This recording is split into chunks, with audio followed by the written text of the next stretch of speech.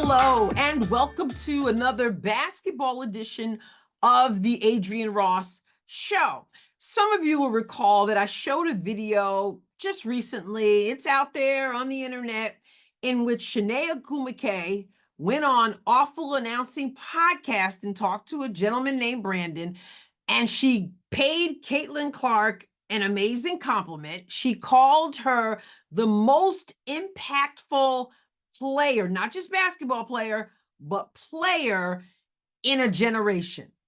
And people were saying, oh my, okay, people are finally coming around. Anyway, I did an episode on that. I did a video on that. Some of you may not have heard the full interview. I want to share a little bit more of this interview because you, like I, have been hearing over and over again about the physicality of the league. And we've been hearing about Diana Taurasi in particular, when Diana Taurasi made some comments when Caitlin was about to come into the league. And she talked about how you look, superhuman when you're playing against 18-year-olds and you're going to come into the league and blah, blah, blah, blah, blah. And all the players, not just the players, but people who've watched the WNBA for some time, everyone's like, well, that's just Diana. She talks a lot of smack. And I'm not saying what she said was fully wrong, but I'm saying that we kept hearing people say, Diana Taurasi, she's going to test you. She's going to put a rookie through. She's going to basically haze a rookie because that's just Diana and that's just what she does. Well, Brandon asked a question of Chiney, asked her about, she was a number one pick and how players treated her, etc. And she relays this story about, I guess, Diana Taurasi's hazing or her welcome to the league thing. And I want to share this with you in case you haven't seen it. And I want to pick it apart a little bit and see what we can get out of it. All right, here we go.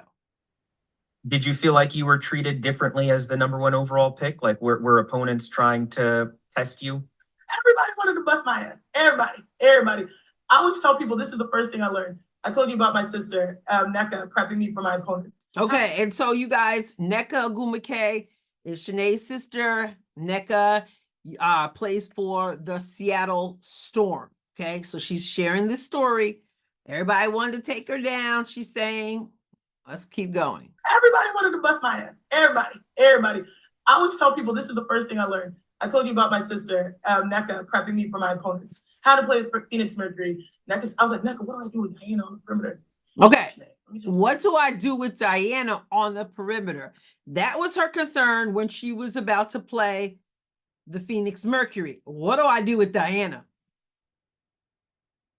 Diana, when she sees a rookie, she's going to test you. So her sister telling her when she sees a rookie, she's going to test you. This is what Diana Taurasi, gets off doing, I guess. The first thing she's going to do is when you set a screen, she's going to punch you. So do what you want to do with that information. So I go down knowing I'm going to set a screen on Diana. And guess what? I hit her hard before she hit me as she tried to put, like you have a screen, she tried to put her arm between them, like punch you the screen, like see what you made of. I hit her hard. Now, the problem was on that play, a foul was called, which meant like her team had to go to the free throw line. So it was a dead ball. Like, I couldn't just hit her and run. You know what I'm saying? So I go to my free throw. I was like, oh God, she's gonna like see that I leveled her. And I go and she turns on the 3-point line and makes a beeline straight for me and stands next to me. Mind you, she's not supposed to be on the free throw. Like she's the point guard. She's supposed to be back at half court. She came next to me, turned. I was like, He goes, I see you. Welcome to the league. I see you. I was like, oh my God, relief. I got to stop here because I just can't, honestly, guys, I cannot wrap my brain around this. Okay. So the story is that Diana, when you go to set a screen, she punches you. That's what she does to rookies. She punches you.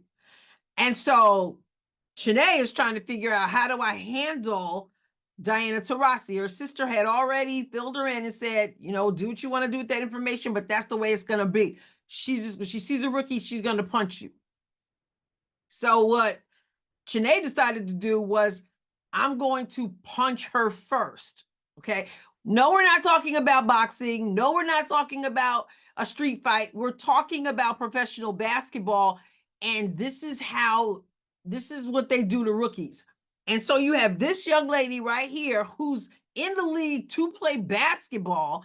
She's expecting that she's going to get punched. So she's trying to figure out, how do I deal with it? So I'm going to punch her first. And notice how she said Diana had turned and looked at her, made a beeline to her. And she said she was just like, she's so scared because of Diana Taurasi scaring everybody in the league, apparently. And so she's all scared. And then Diana Taurasi gives her the wonderful seal of approval and was just like, I see you, I see you. And somehow that makes Chiney feel good about herself, feel accepted. You know, Diana Taurasi, she likes me, she sees me, she acknowledges me. I just can't wrap my brain around that. Maybe it's just I come from, the New York City area. That's where I went to school, went to high school. I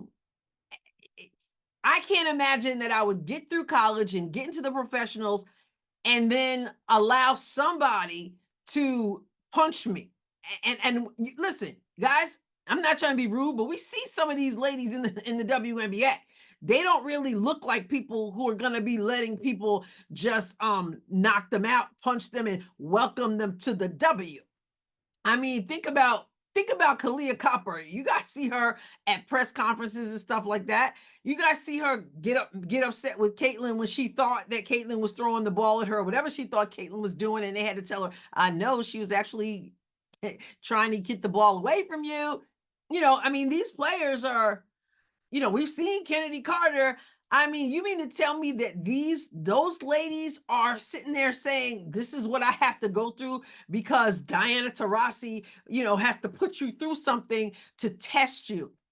I just don't see it. I certainly wouldn't have gone for it, knowing myself. But there it is. This is what Diana, everybody says that's Diana. She always does something. This is how she does it. So let's continue. Let me go back a little bit, and then I want to continue on. So. She's supposed to be back at half court. She came next to me, turned. I was like, he goes, I see you. Welcome to the league. I see you. I see you. I was like, oh my God, relief. Relief. That's what it's like to play in the WNBA. I used to get elbows in the freaking face from Sylvia Fowles as a 5 guarding her because she cut through every time. I got dropped my 3rd game by Tamika Catchings. And to this day, every time I see her, I say, thank you, Lord, for not making that shot. I touched earth, watched that ball. That was the longest 3 seconds of my life. He missed it. And if he didn't miss it, I would have been on ESPN Sports. Right, that would have been a long-lived highlight. That was like my first 5 games. So that's what the league is, but it makes it, you push through that, you become a beast. You know what I mean? And so that's what we know. And, I think people are seeing the beast emerge in these players. Where do you even start with that? Where do you even start? That's what it's like to play in the W. That's what it's like. And it's like, there's a sense of pride that she has there. That's what it's like to play in the W. Sylvia Fowles used to come through, used to elbow you. She got flattened for like 5 games and people just kind of jacked her up and took shots at her or whatever. And that's what it's like to play in the W. But you know what? You become a beast. You go through that, you become a beast. And it's like you can see she's wearing this sense of pride. I can understand you want to get out on the court, you want to hold your own in the game, and you feel like, okay, I made it through my first few games, blah, blah, blah, blah. But not because somebody's trying to elbow me in the face and somebody's trying to punch me and somebody's trying to knock me down because, welcome to the W. The thing about it is that just listening to her talk about it, it appears to me that she thinks that this is a good thing. Like there's a sense of pride in what she's saying. There's a sense of pride, and she doesn't, I guess, understand that most people are not impressed by that. And I think it turns most people off. You can correct me if I'm wrong, and you can use the comments to do that, but I just don't think that attracts most people to the league. So that's what the league is, but it makes it, you know, you push through that, you become a beast. You know what I mean? And so that's what we know. And, you know, I think people are seeing the beast emerge in these players. Well, people are seeing the beast. People are seeing the beast emerge in these players. So there you have it. You know, I've been hearing all the talk. And like I said, I was an avid WNBA fan back in the day, even before Diana Taurasi was there. She was, you know, she wasn't old enough to be there yet. And I've gone for years and came back this year with Caitlin Clark and all that. And we've been hearing over and over again about Diana Taurasi, the GOAT, Diana Taurasi, who was anything but GOAT-like over at the Olympics. But anyway, 42-year-old Diana Taurasi, the GOAT, they say, this is what she does. She tries to scare you. She tries to punch you. Sylvia Fowles is trying to elbow you, all that. And when you make it through, if they don't knock you out and hurt you before then they, you know, I see you, and you have become a beast. And somehow that your physicality and your welcome to the W is supposed to draw people into the league. I don't think so. I don't think that works. I don't think most people want to see that. But they don't get it, because she lights up talking about it. She really does. And it seems like it's the thing to aspire to be the beast. I don't know. I know that Caitlin Clark is no saint. I know she can do her share of trash talking. So I've heard she can do that. She's certainly no wimp on the court. She didn't get this far that way. But I just don't I don't think she doesn't draw people to the league because she's the beast, you know, all of a sudden became a beast. And I don't think she came into the league expecting what she got from Kennedy Carter either. I don't think that attracts people and draws people. People want to play basketball and people want to watch basketball.